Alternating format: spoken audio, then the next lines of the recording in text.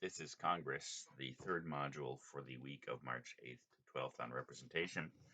And primarily want to make some summary points about Chapter 3 and 4 of Davidson and Olezek. And I did want to add one thought, which I didn't finish in my last module, and that's on the top of the notes for the second page. And that is regarding the electoral environment. And this is what Chapter 3 and 4 cover, by the way. From its most external geographical elements, the geographical constituency, to the intense party processes, of party competition, and which then aim at fostering the conditions of representation that we were talking about in the last part of the lecture module. And I want to come back to this at the end of Chapter 4, because, again, you know that the American people thinks that Congress is dysfunctional, not performing its function well, and many of you share that opinion. Okay, one of the things we'll be doing in this course then, as I've already suggested, is analyzing different analyses of dysfunctionality, and why it is that, for instance, the steep decline in approval or the steep rise in disapproval, and this sense that Congress isn't working. What might be different ways of explaining that? And by the way, you'll see that one way of explaining that will be coming up this week is in Robinson's The Three Faces of Congressional Media, which, again, like the Malbin piece, will be coming to on staff in a couple of weeks. They're from a great collection of congressional essays in the mid-90s, and the only reason I still use them is because they're actually still relevant. They're still descriptive, they're full of important information, and the points they raise are still vibrant and I think possess explanatory power in terms of Congress's contemporary functioning. So I want to make the point, and it's on the top of the notes. It may be that the present dysfunctionality of the Congress may come from changes in the electoral environment. And you'll see, by the way, that when I talked in the beginning of the class about what an institution is and different critiques of institutions, ideological critiques, policy critiques, constitutional critiques, etc., that one problem with changing institutions, and this is why I went on about the 5 components of an institution: structure, processes, power, function, structure, and processes, history, and personality. That one of the, and combining that with the question of reforming institutions is that of unintended consequences. Our electoral environment, both in terms of presidential elections and congressional elections, is a relatively new environment in our politics. It only really goes back to, in some ways, the 1960s and 70s. Many aspects of our electoral environment, both in terms of presidential elections and nomination, but also in terms of congressional elections and nomination, go back to the rise of the party system in the 1820s and 30s, and of course to the constitutional founding. But certain important changes were made, which we'll discuss a little bit later on, especially with respect to campaign financing, which came in 2 big reforms in the early 70s and the early 2000s that had unintended consequences. And one of the unintended consequences was a greater intimacy with the special interests that constitute the factional public. And again, this is an unintended consequences of finance reform, which was an attempt to get money out of politics, but it backfired. Or at least, let's just say, it generated the unintended consequences of creating again, let me back up. We saw from Federalist 10, et cetera, that the framers thought that what would kind of generate the electoral environment was contending factions in the public and social sphere that would want to use the governmental process to secure their interests. That's what factions do. And as Madison points out, in a popular form of government, factional strife becomes even more intense because the government is up for grab in elections. And so what do factions try to do? They try to grab the government through elections. And in some ways, Madison and the framers thought that that would be the primary thrust of electors getting elected. I mean, of representatives getting elected. Now, again, one of the big things, excuse me, that comes in um, very quickly in our political system is political parties. Permanent organized political parties that somewhat modify um, the way that factions work. The factions are still out there, and if Madison and the framers are right, they'll always be out there.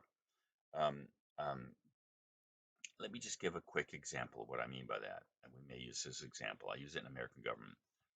Um, Doctors versus lawyers. There's an AMA, the American Medical Association, which is the professional organization of the medical profession, and the ABA, which is the American Bar Association.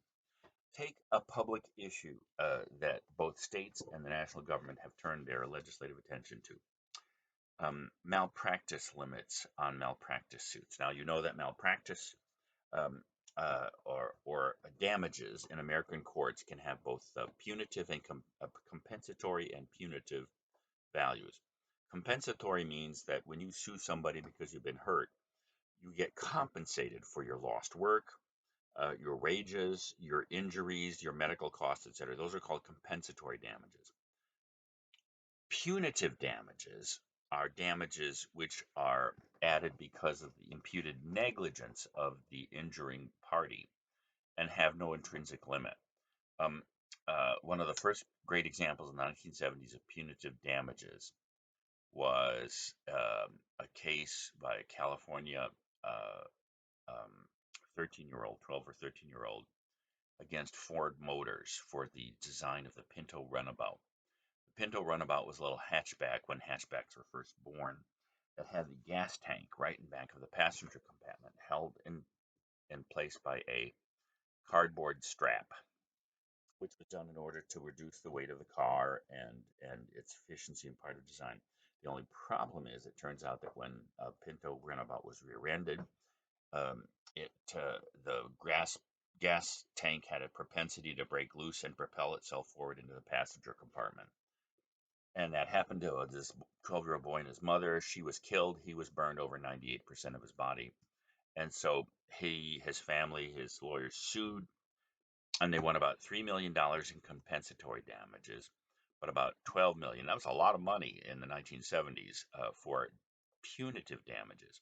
Well, malpractice suits punish doctors for the mistakes they make, and uh, malpractice insurance is what doctors take on to address the potential costs of malpractice suits, which, of course, uh, you can imagine, given the cost of medical care, could destroy a doctor's profession. So, malpractice suits and the increasing number and value of malpractice awards has driven up the cost of malpractice insurance, which drive up the court costs, one of the drivers for the cost of medical care. And so, as a matter of public policy, some states, and even there's been some discussion on the national government, of putting limits, statutory limits on the amount of punitive damages that you can demand in malpractice suits. Guess how doctors and guess how lawyers line up on this question. And again, this tells you something about the way people run for office, and we'll be examining this. Obviously, doctors claim that that lawyers want unlimited malpractice because that's their commissions, and therefore the public interest, which lies in lowering medical costs, um, uh, consists of putting limits on malpractice suits. Now, of course, lawyers claim that that's the financial interest of doctors speaking, and that the public interest lies in a public where the little guy or people damaged by medical carelessness have their due in court. Now, by the way, both with respect to the public issue involved, both of these factions have a case.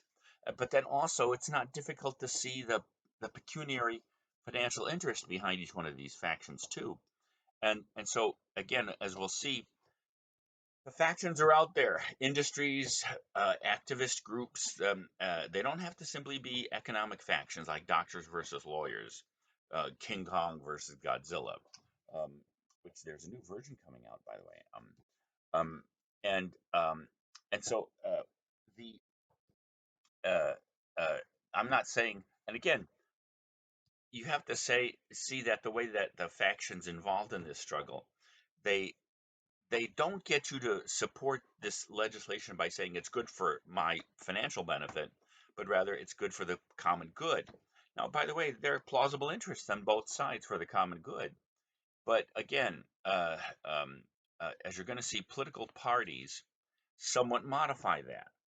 Now, one of the things when we examine in Chapter 3 and 4, the campaign finance reform bills, is they put limits on the amount of money, for instance, that parties, that individuals, parties, and groups can contribute to candidates, and as a result, PACs, um, political action committees, which I wanted to point out, by the way, that not only self-interested economic factions like coal mines, and versus or the nuclear power industry, or the medical establishment, or farmers and farming organizations desiring increased farm subsidies from the national government. Factions just don't form around economic interests. They can form around political opinions and ideological positions, like the Sierra Club that tends to drive environmental legislation, or NARAL, the National Abortion Rights League. Those aren't economic interests, but they operate just as like any other kind of faction. And so remember that a faction can form around an opinion, a passion, or an interest. And as Madison defines factions in Federalist 10, adverse to the rights of others and to the aggregate rights of the community. What factions are in it is for themselves, and they want to influence public policy so it benefits them. But again, uh, unless it's, as we see when we come to internal processes of congressional decision making, very rarely is congressional policy making simply a process of what's called log rolling or back scratching. You vote for my proposal and I'll vote for yours. Although the COVID relief bill that just passed Congress, the 1.9 trillion, one problem is it had a good deal of that stuff in it, uh, and so on one level, that is partially the way to explain how big, massive spending bills get put together and pass Congress. We'll come back to that question later. But the unintended consequence of campaign finance reform, as we're going to see, in putting limits of individual contributions and party contributions and group contributions, was to suppress the ability of parties to manage, fund, and rein in candidate voting and congressional voting, because the primary mechanism for getting people elected to office was the political party. Um, and campaign finance reform had the unintended consequences of turning people running for Congress, as we'll see in Chapter 4, into independent campaign managers who have to fund their own campaign, and no longer relying upon party. And again, you could say every system has its advantages and disadvantages. But in a system where parties essentially run campaigns, fund them, uh, there's more of a connecting link between the party and candidate behavior in office. But the unintended consequence of this reform was to, again, as we'll see, to force people running for Congress to run their own campaigns, to hire their own campaign managers, and to be their own fundraisers, at the same time that it weakened party sources of funding for candidates. So there's the whole question of outside funding and second party spending, but that's less relevant for here in Congress, for us in talking about congressional elections. But so so in an odd way, we have forced people running for Congress. And by the way, again, we're going to talk about PACs, political action committees, because when the first round of campaign finance reform took place, PACs go back to the 1930s. The first great political action committees, which essentially push a factional interest and then provide funding for candidates. Whereas in the 1930s, the AFL-CIO PAC, a great big labor PAC, and only a small percentage of the total campaign spending prior to the 1970s was raised by PACs. The primary source of campaign funding was party contributions, some individual contributions, but again, individual contributions tended to be funded to candidates through the mechanism of party. Today, 47 to 50% of all congressional campaign financing is now provided by PACs. And at the same time that we have forced members of Congress running for Congress or re-election to now appeal directly to those individual sources of funding. In an odd way, we've forced members of Congress to become more intimately dependent on factional sources of funding and spending, unmoderated by the party influence. Now, again, there are strange and interesting contradictory elements of American politics because we're going to see, and you could see this with the COVID relief bill. Not one Republican voted for the COVID relief bill in either house of Congress, and all Democrats voted for it in the Senate, and one Democrat defected and voted against it in the House.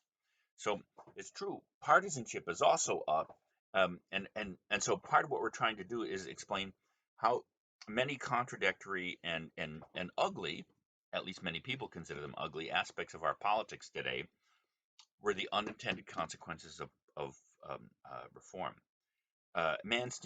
Mann and Ornstein, by the way, whom we're going to read later on in the course, I think that the dysfunctionality of Congress is primarily through excessive partisanship, which they also blame, not unreasonably, on the nature of the primary system, which we'll explore in these two chapters too.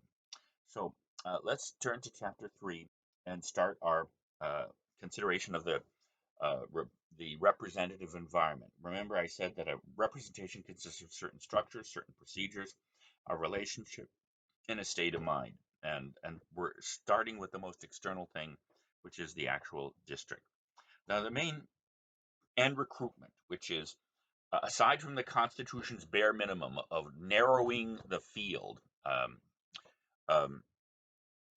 what the system of recruitment and primary structures, party structures, that's what they do is they encourage certain people to run for office.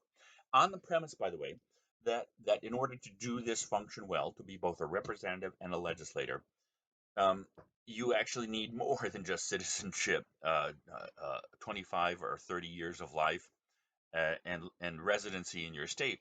That it actually is a good thing to possess other qualities like the ability to listen to people, etc. And so recruitment, and not to be crazy, by the way.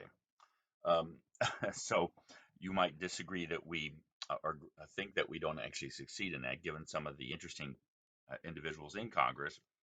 But um, so let's start with the most physical thing, which is the district. And we're talking primarily about the House of Representatives here. Now, I mentioned before that districts are not mentioned in the Constitution. And I have to say, by the way, there's already a certain bias, even in Davidson and Olezek, on certain issues of this. And we'll see that the main issue in drawing districts, um, uh, in apportionment, because again, that's what the census does. Um, it apportions the number of representatives the states get according to the proportion of the population it has in um, in the national of the national population. And the uh, um, And the main issue, the constitutional issue, there are two big constitutional issues that the Supreme Court is 2.5, almost 3, that we're mentioning in the middle of the second page notes, and that's the question of apportionment, malapportionment, gerrymandering, and both partisan and racial. And we won't so much get into term limitations. We'll probably come back to that later on in the course.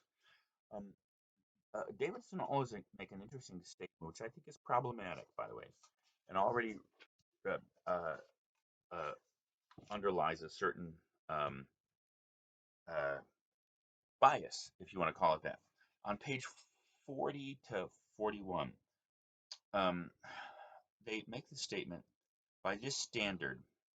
Oh, as a result, the Senate is, um, as a result, this is towards the bottom of page 40. The Senate is the one legislative body in the nation in which one person, one vote emphatically does not apply. By this standard, the one person, one vote, which we'll talk about where that came from, The Senate is now one of the most malapportioned legislators in the democratic world. The 9 most populous states are home to 51% of the population, but control only 18% of the Senate. The 26 least populous states elect 52% of the Senate, but hold only 18% of the population. Um, over time, widening disparities in state population eroded the Senate's representative character. Now, the problem I have with that is uh, it simply assumes as that the standard for uh, defining membership in Congress is popular representation. Um, and it makes the Senate look like a defective body because while the House is constantly reapportioned and the 435 members get reassigned according to shifts in population, where the standard, right or wrong, that has been articulated by the Supreme Court, we'll come back to this in a minute, as one person, one vote. The Senate isn't an apportioned body at all. It wasn't intended to be. It doesn't represent the American people, it represents the American states. Now, by the way, we may have come to the point in our history where we don't care about the states anymore, or we want to completely collapse, as in my American Political Thought course, we're looking at the founding debate between the Federalists and Anti-Federalists.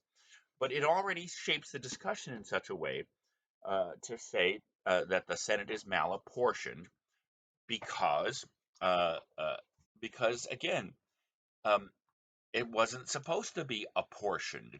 It doesn't go by population. And only if you assume that one person, one vote is the only measure of representativeness or the only thing being represented as individual Americans, then it already creates a negative understanding of the Senate as illegitimate. Now, again, you might accept that opinion and you might say that, well, and don't forget in the Constitution, the original plan was the Virginia plan, which had a bicameral legislation with both houses based on proportional representation. But that's not what the Constitution produced. The convention, it produced um, a bicameral legislature where uh, the American people are represented in one and the American states are represented in another. Now, again, as I'm repeating myself, we may come to the point where we say, well, the states just don't matter. There's now administrative units of the federal government, like counties are of states, or like provinces are in France, and they shouldn't have no independent representation based on their political existence. But as long as the American Union is a complex union of both the American people and the American states, that's the primary reason why we have bicameralism, in addition, of course, to those reasons that we discussed in the Federalist 60s, um, in the 50s and 60s papers, or primarily the 60s, excuse me, on the Senate.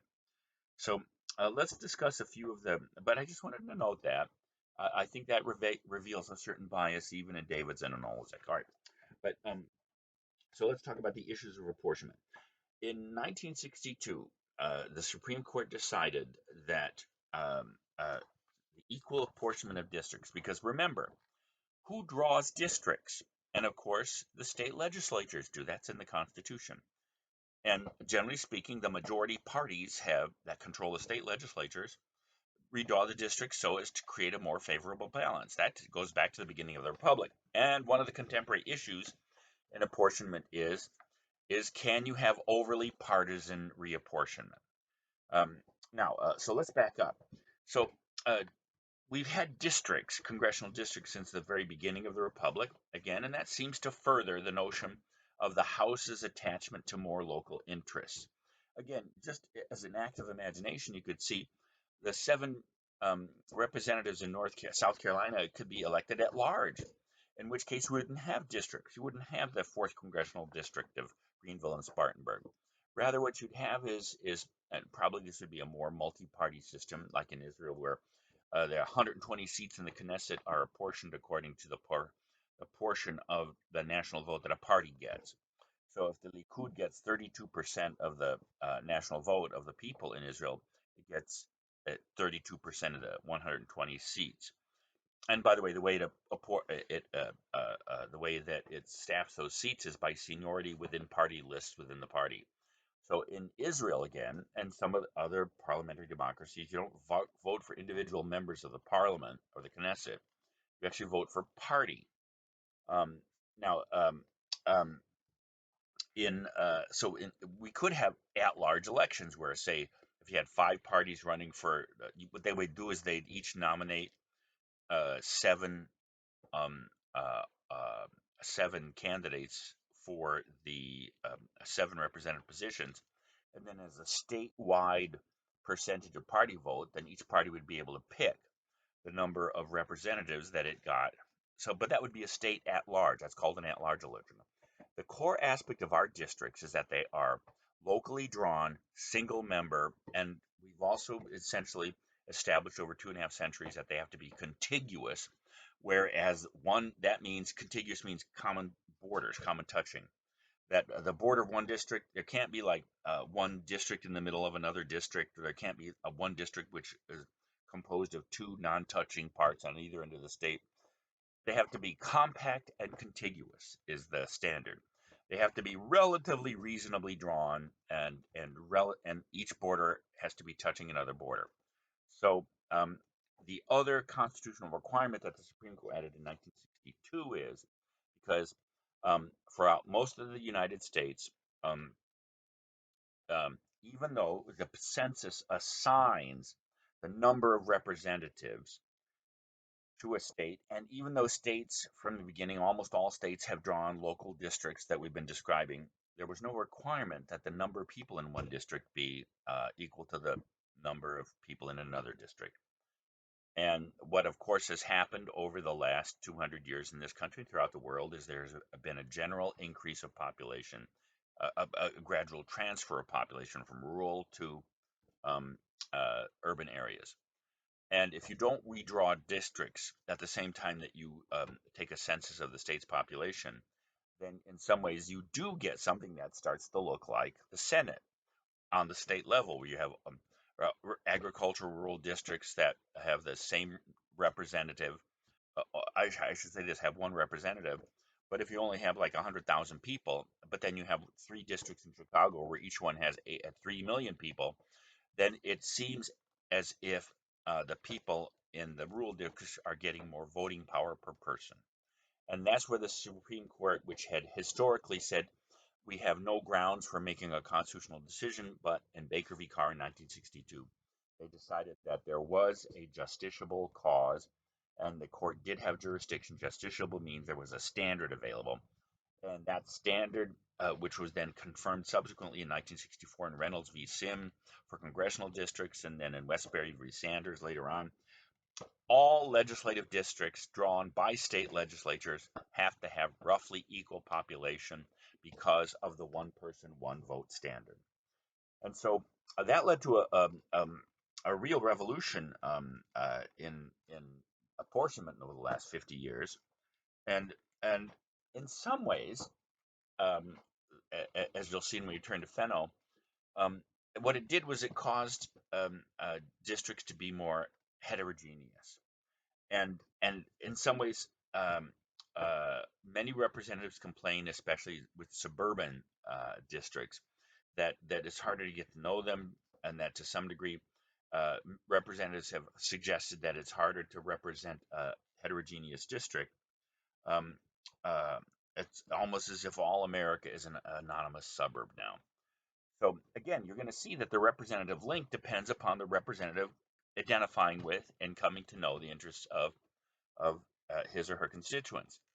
So um, the more homogeneous a district is, the more easy it is to present yourself and represent it.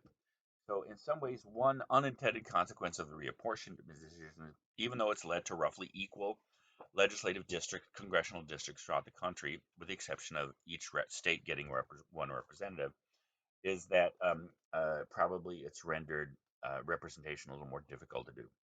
Now, the only other issues that I'm going to talk about here are gerrymandering, where you draw district lines so as to favor either a partisan position. And the other area where the court has been quite clear, although it's been clear in what it's been trying to do, the results have been somewhat muddied because the standards are difficult, is you can't use race as a means of gerrymandering or drawing districts. And in fact, North Carolina's whole legislative scheme was thrown out by a federal court a while back on the grounds that it disadvantaged black voters. Now, the problem is that um, you can gerrymander districts, both for partisan or other purposes. The techniques are called cracking and packing. Cracking is when you try to break up a group you're trying to dissolve, and so that you draw districts so that that group is marginalized or minoritized in a number of districts, versus packing, where you kind of create a token district with lots of those, that group, racial or otherwise, in one group, and therefore all the other districts that you draw, you can kind of have to use your imagination how this might be done. But believe me, and when state legislatures draw districts, either for partisan or other reasons, you might wonder just exactly how fanciful some of the boundaries are. And by the way, some states have moved in the direction of nonpartisan uh, uh, legislative commissions that try to draw boundaries simply based on number and a fair kind of geography, starting on one end and say the other, without a reference to partisan or other kinds of group memberships. The problem is if you want to ensure, for instance, that say a certain ethnic group is represented in the congressional delegation, then you have to ask, well, which is it better? Is it better, for instance, to guarantee that that group has a majority in one or several districts, or to make sure that they have a chance, some representation and all, but then relegated to permanent minority status? Again, what the court has succeeded in doing is saying you can't use race as a criterion. What it is less successful is doing is actually articulating a visible standard of when a group is actually disadvantaged by the way that district boundaries are drawn. And the big question in terms of contemporary constitutional issues in is is partisan its partisanship itself, party affiliation, a legitimate ground for contesting the drawing of district lines, because both parties do this, and so obviously you can tell that who wins state elections, because don't forget, state legislatures draw district boundaries for congressional elections too. Um, Clearly, there's kind of a generational lag. If the Republicans win, as they did in North Carolina or in Texas, they have a tendency to draw a district line so as to foster the possibility of more Republicans being elected to Congress, and Democrats do the same thing. Some partisans have argued that you can take that to an extreme where districts actually start to deny Republicans or Democrats, depending on who has the majority or the minority, that you're actually denying them the equal one person, one vote. So those are some of the issues in apportionment, um, and and and aside from those external issues, and by the way, we'll see how the drawing of a geographical boundary affects the perception and the behavior of representatives. That's what Fenno, by the way, talks about. You'll see in chapter 5 of Davidson on Olezek, and also when we read the elements of home style for next week. The geographical constituency is an external structure. In fact, you're going to see what are called the perceived constituencies by Fenno, the constituencies that a representative sees and responds to. They are both internal states of mind and external structures too. Um, and so, on the issue of recruitment, the question oh, and by the way, there's a nice definition of recruitment on page 39 of Davidson and Olezek. Um, Recruitment, the social and political process through which people seek and win leadership posts. Recruitment is, and by the way, this isn't just political, they're right. Recruitment is a key to the effective performance of all institutions, including legislatures. And by the way, when you have a job searches in the private realm or in the academic realm, in the 6 colleges I've taught, and I've been on as many search committees to replace faculty members in and outside of the department that I served in. And of course, you only want qualified people to apply for that job. Well, how do you recruit qualified people within the and what are you trying to communicate as qualifications? And this is both a gatekeeper negative function, because you don't want, do you really want, unless you want to go to lotteries, which would be absolutely democratic because each person in America or in a district would have an equal opportunity of occupying an office. Do you really want all types and all human varieties to be a representative? Well, I'm not going to answer that question, but you can see that the recruitment structures, which are primarily parties, let's be clear about this, and that's one of the core functions that parties play in our system. They recruit candidates and train and function, train and educate candidates and shape their behavior too. Um, it's a negative function. It's a gatekeeper function, but it's also an attempt to get certain other people to run. And again, as I said, that's essentially a party function. And so just look uh, on page 65 in chapter 3, for instance, for the kinds of parties and primaries. Now, the primary nominating structure within parties is the primary election. And this was an element to our electoral environment added by the progressives at the turn of the century. But to try to make, in other words, as opposed to what? From the very rise of the party system in the 1820s and 30s, it was party activists and organizations and leaders who would control the nominating process. So if you wanted to be a candidate for president or for Congress, you eventually had to appeal to a kind of a set uh, organizational structure and set of leaders. The progressive movement, which was not only aimed at reducing corruption of bosses and leaders, and that's kind of the kind of blue smoke and mirrors or blue smoke backroom kind of notion of corrupt leadership, but also that simply wanted to democratize things, introduce the notion of a primary, meaning first election, the idea that being within each party, candidates would vie for a popular following, um, and that's how you would get nominated, and therefore to recruit people, you had to get people who within the party had to appeal to that initial popular base. The only other distinction I want you to pay attention to is the difference between caucuses and conventions. Some states like Iowa, and of course that gets a lot of press around last year, for instance, with the rise of the presidential election. But don't forget, nominations to congressional offices too are also done by party conventions and primaries too now. And so almost all the states now have popular means of nominating. And this is an aspect of campaign reform that goes back to the 1960s, um, first on the presidential level, and then it spread to the entire electoral system. And obviously there are advantages and disadvantages to forcing people going through a popular form of a nomination.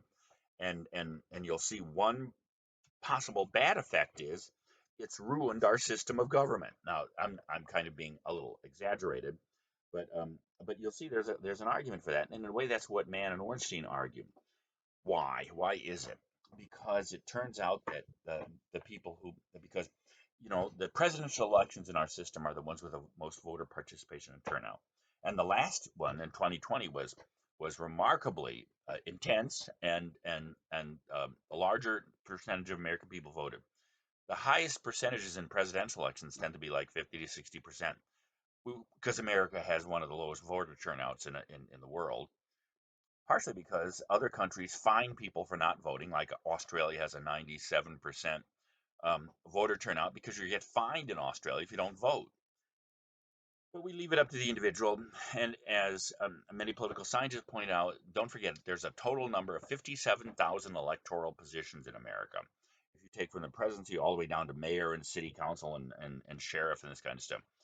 America, more than any other modern representative constitutional republic, demands more electoral attention of its people than any other country. And perhaps what I'm about to describe is a natural consequence of that. So, presidential elections have the highest turnout, congressional elections, senatorial elections have the next highest turnout, and then local elections, ironically, have the lowest turnout, and the lowest of lowest elections are primary elections. And so, who tends to vote in primary elections? We're going to see more of this when we talk to Fenno's four perceived constituencies, the primary constituency, as you'll see. They tend to be the most ideological and extreme voters within each party. So let me just plant this. When we talk about the growing problems that Congress has, or the dysfunctionality of our politics in terms of partisanship, we created a system that rewards, on the nominating level, extremity in political position. And whether it's Trump supporters who are trying to out primary traditional Republicans, or rather progressive Democrats who are trying to out primary moderates, there is a certain sense in which having primaries as the primary entryway for the beginning of the recruitment and nomination process also encourages more party polarization. We'll turn to this question a lot. Now, the only other difference, again, or the only things I want you to pay attention to in this discussion are the kinds of primaries: open, closed, blanket, and look at the various discussions of that, and convention and caucuses. The difference between a caucus, in which a party activists get together and meet and actually discuss candidates, where there's face-to-face discussion and pressure, is obviously it's a much more intense environment, as opposed to walking into a voting anonymous booth and casting your ballot. Um, in closed party states, and of the 41 states that have primaries, the vast majority of them are closed primaries, where you actually have to declare party membership before you can go and vote in that primary, versus open primaries, where you can essentially declare your partisanship by depending on whom you vote for that day. And blanket, California and Minnesota have a combination of blanket primaries where all the offices are listed, and you can actually vote for people in one party in one office, and so forth. So clearly, the relative advantages and disadvantages of caucuses versus primaries and open, closed, and blanket primaries is the amount of party attachment and affiliation you require in participants. Um, and what's the best answer to that? It depends on what you want to see in a representative, as we'll see. Okay, let's turn to chapter 4, the campaign, which is what happens when you decide to run for office. You have to organize a campaign. And Davidson and Alsik in chapter 4 essentially um, uh, resolve this into what are the major resources that a candidate has, and and um, uh, and what are the major stages in a campaign, and what are the elements of a campaign. Well, aside from the support of party organizations, the most important resources a candidate can have are incumbency. We'll be discussing a lot about incumbency and money. And obviously, um, the question of where money comes from in a campaign and whom you owe it to as a candidate is a critical thing. And by the way, on the question of money, we're going to come back to money and discuss what we've learned about campaign finance in the last several elections, by the way, which have been very expensive for certain, like the Georgia Senate races, um, and uh, which have, and by the way, even the presidential race. Well, we'll come back to these issues in a minute. So the issue with money is where it comes from. It can come from candidates themselves. And by the way, you can look at the complex notion of, and we will discuss the different campaign reform acts on the next page in a minute. But one thing you should know is that the Supreme Court, and this has become very controversial with Citizens United, um, generally speaking, well, Citizens United doesn't raise that. We'll come back to that in just a second. Um, but when it comes to um, candidates spending their own money, pretty much candidates can spend whatever they want of their own money on their own campaign.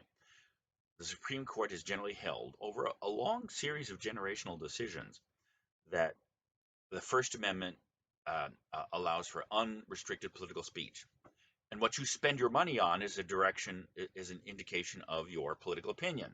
And therefore, if you're a gazillionaire and you want to, like Tom Steyer, who or Michael Bloomberg, who when he dropped out of the presidential campaign, he started throwing his money around on different candidates. Um, but when it comes to spending on yourself, generally speaking, uh, you can spend as much as you want because it's the political speech because the Supreme Court has held that political spending is political speech. We'll come back to what the campaign reform legislation did, but the other primary sources are other individuals, um, political parties, and PACs. And we'll talk about each of those in particular. I've already mentioned one of them a little bit. Now, the main thing about incumbency is this itself is a major resource. And why is it? Because, first of all, name recognition. we're going to see in Chapter 4, there's a nice discussion of how voters vote and what determines a voter's vote. Um, and uh, and you'll see in Chapter 4, Davidson and Olzik point out what political science is known is that voters vote essentially along three criteria: party identification, the candidate's identity, and issues. Those three things are the factors that determine how people vote. And even though over the last generation, partially as an unintended consequence of party reform, voter identification in terms of party affiliation has been declining, but it's still the most reliable predictor of how people vote. Um, Again, and what's happening to parties in our system, it's clear that on one level parties are less and less capable, perhaps because of unintended consequences of reform of organizing and marshaling party voting. But still, again, um, uh, the other two factors are who the candidate is, and on the presidential level, you could tell uh, um, in 2016, a substantial number of Democrats didn't like Hillary Clinton, and a substantial number of Republicans didn't like Donald Trump. And even after 4 years of the Trump presidency, there were still a lot of Republicans who didn't like Donald Trump, and the identity of the candidate rather than the party label determine them. And there is a relatively small number of voters who vote for a single voter issues, whether it's abortion or the environment or something like that, or climate change. Um, but uh, Nevertheless, obviously, um, certain issues are of more widespread appeal than others. But but again, those three factors determine voter behavior, and that brings us back to incumbency. Name recognition is one of the most powerful factors voting. And by the way, that's why, for instance, those states like North Carolina that have nonpartisan judicial elections have generally been failures. Why? Because I can assure you, I voted in North Carolina for a while when I moved here in 2001, but for other reasons like that I could register my car in South Carolina, I shifted my citizenship back to South Carolina and I vote in South Carolina. Um, Please don't tell my insurance company that. Anyway, um, but in North Carolina, they have nonpartisan judicial elections. And when I first moved here, and I consider myself a political scientist and somebody who tries to pay attention to politics and vote conscientiously.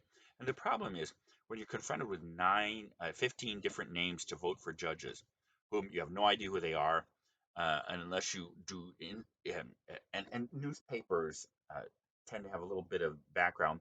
And I have to say, political advertising itself tends to be junk.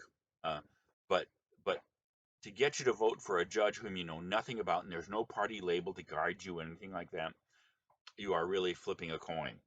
So, nevertheless, name recognition, even in congressional elections, and tends to be a powerful thing.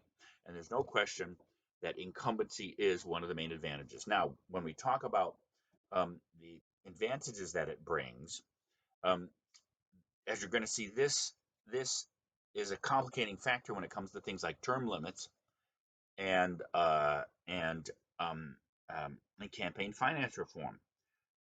And many people argue that, and we'll discuss the complex notion of the rise of incumbency in the House, whereas I've already mentioned before, 92 to 98% of House members, even in so-called wave elections, tend to be reelected. Um, that is to say, what that means is in the House of Representatives is if you choose to run for reelection, the chances are, unless you've done something terrible like beat your mother in public while you were drunk, or ran over your dog or your neighbor's dog repeatedly, or there's some kind of scandal, like say sexual harassment scandal, like Governor Cuomo has gotten involved in, that if you run for reelection, you will be reelected. Now that does pose all kinds of interesting and problematic questions about the representative character of the House of Representatives. Why? Because if incumbency turns out to be such an advantage, doesn't that mean that the election's stacked? That is to say that elections have become non-competitive. Um, and because it turns out that not only name recognition, but also money by PACs, for instance, The great preponderance of money flows from PACs to incumbents. Then doesn't this mean that our congressional elections have ceased to be competitive? And if elections are not competitive, do you have that drive, that immediate dependence that Madison talks about? That's not a trivial question. Now, it turns out, like most complex questions, there are different ways to answer that, but that is a good question. Um, so let me finish up this discussion by talking about campaign finance reform and what I like to call the six laws of money. I formulated this, um, and then what seems to be the main developments in the electoral environment that come from campaign finance reform. We're talking about the Federal Elections Campaign Act, and there's a good discussion of this in the Davidson Analysis in 1971 and amended in 74, and the Bipartisan Campaign Reform Act of 2002, which essentially what it did was it upped the campaign limits that the original Campaign Legislation Act in 71, 74 did. Well, here, let me just generalize, and if you're looking on the last page of notes, the Federal Elections Campaign Act essentially did several things. One, it put contribution limitations. What an individual could contribute to candidate's campaign, party limitations, group limitations, and etc. Then it put spending limitations on what candidates could spend on their campaign. And then the other thing it added was reporting requirements. It created the FEC. I misprinted it as the FECA. The FECA is the Federal Elections Campaign Act that then created the Federal Election Commission. And the Federal Election Commission supervises our elections, and all campaign contributions and spending are supposed to be reported. And sometimes people get caught not doing that. And what counts as a contribution is controversial too. The Supreme Court in 1974 in Buckley v. Vallejo declared unconstitutional um, spending limits for reasons I mentioned earlier, because political spending is political speech, and the court held that to be a violation of uh, um, the First Amendment. And then the Bipartisan Campaign Reform Act of 2002 not only then tried to doubled essentially the amount of spending that individuals could contribute and parties, etc., but it also tried to address the issue of dark money and corporate spending, and that's why Citizens United in 2010 has been so controversial, because it has essentially said um, that you can't limit what third parties spend on campaigns. No, excuse me, I got to get the language exactly precise here. You can't limit what non-contributors spend in support of a candidate or idea or a party. That is to say, if if uh, not that I contribute to say um, Joe Biden's or Donald Trump's campaign, but I just hate Joe Biden or I hate Donald Trump, and I'm a gazillionaire, and I just start this national campaign for or against one of them. The Supreme Court held that corporations, individuals, and this is what Citizens United held, that corporations have the same spending rights as individuals. And then the controversy was that enabled super PACs. And first, this was a partisan issue, because Citizens United was an anti-Hillary Clinton uh, um, uh, group, um, and the Clinton campaign had sued them to restrict their spending, their anti-Hillary spending. But the problem was, it's not that they had contributed to uh, Donald Trump's campaign. They had simply made a video against Hillary Clinton because they didn't like Hillary Clinton. And the court held that political spending is political speech, and that corporations are also entitled to the same rights of political speech. That corporations can spend on what? Now, again, what's happened is that in both parties, super PACs have become a major electoral environment, but they're not coordinated with campaigns. And it turns out both parties now, I should say both uh, ends of the political spectrum, have generated super PACs that spend on they spend in support or detriment to a candidate or campaign, not by directly contributing to it. but by funding opposition, etc. And that's what a lot of the cost and money spent in the last couple of years has been spent on. Um, I formulated the 6 laws of money based on this chapter. And what is that? Money is necessary. And that is to say, it takes money to run for office. Okay, that means short of lotteries, elections are not democratic in that sense because it helps to have more money than less money. More money is better is the second law, and that means they're really not democratic because if you but understand, political parties, which used to be the main funder, suppressed that somewhat undemocratic aspect of campaign spending because the parties themselves would fund campaigns. An unintended consequence of suppressing party contributions to individual campaigns is now you force candidates to be their own fundraisers, and that's why so much of congressional, and we'll see this as a difference between the House and the Senate. Um, uh, the 2-year term that the anti-federalists thought was too long, it turns out that in the modern campaign environment, members of Congress, once they're elected, are always running for re-election. There's never a time when they're not running for re-election. Now, is that good or bad? We'll look at both sides of that question. Money helps to win, but does not win elections. And that's what the 2016 presidential race, because Donald Trump, who was, by the way, a media person and already had certain advantages, but nevertheless, Hillary Clinton wasn't exactly an unknown quantity in American politics. Nevertheless, her campaign outspent his 3-1. Um, and in some of these major Senate races, um, uh, uh, where spending, in one case, it was a Senate race, it was like 10-1. Even if it helps to have more money, money doesn't win elections. Voting does.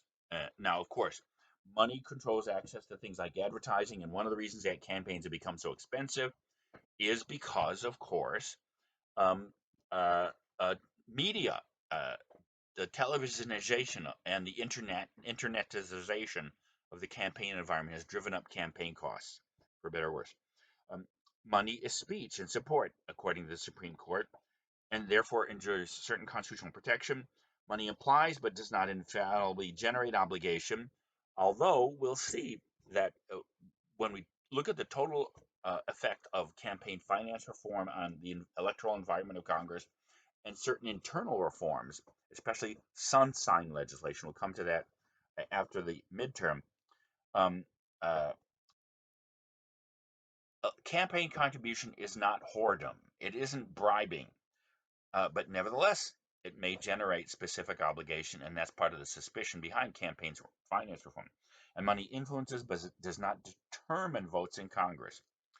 Now, the extent to which, now again, you understand, even though P.J. O'Rourke in his very funny book called Parliament of Whores made the argument that members of Congress are just that. They're whores for campaign contributions so that they can fund their reelection campaigns. Um, Nobody, again, contributing to a campaign is not bribing although it may come close to it, and that some people argue that's what's happened in Congress. We'll examine that question. So, when you try to summarize what are the major developments in our campaign and electoral environment in the last 40 years, parties are still influential, the main factor, but less influential. Candidates now have to manage and run their own campaigns, and there is more contact and fundraising with specific interests through PACs. Campaigns are longer, more expensive, more popular, more media dominated, more negative. So much of these are the unintended consequences of reform. But what you find in these 2 chapters is basically a good overall landscape of what the environment is when you decide to run for Congress, who recruits you, how you get recruited, the forces that determine recruitment, and how you have to structure and pay for a campaign. And these are the major issues raised in this material. Um, so, um, what we'll turn to next is in chapter 5 of Davidson and Olizik and home style is what effect all this has on people running for and who occupy seats in Congress.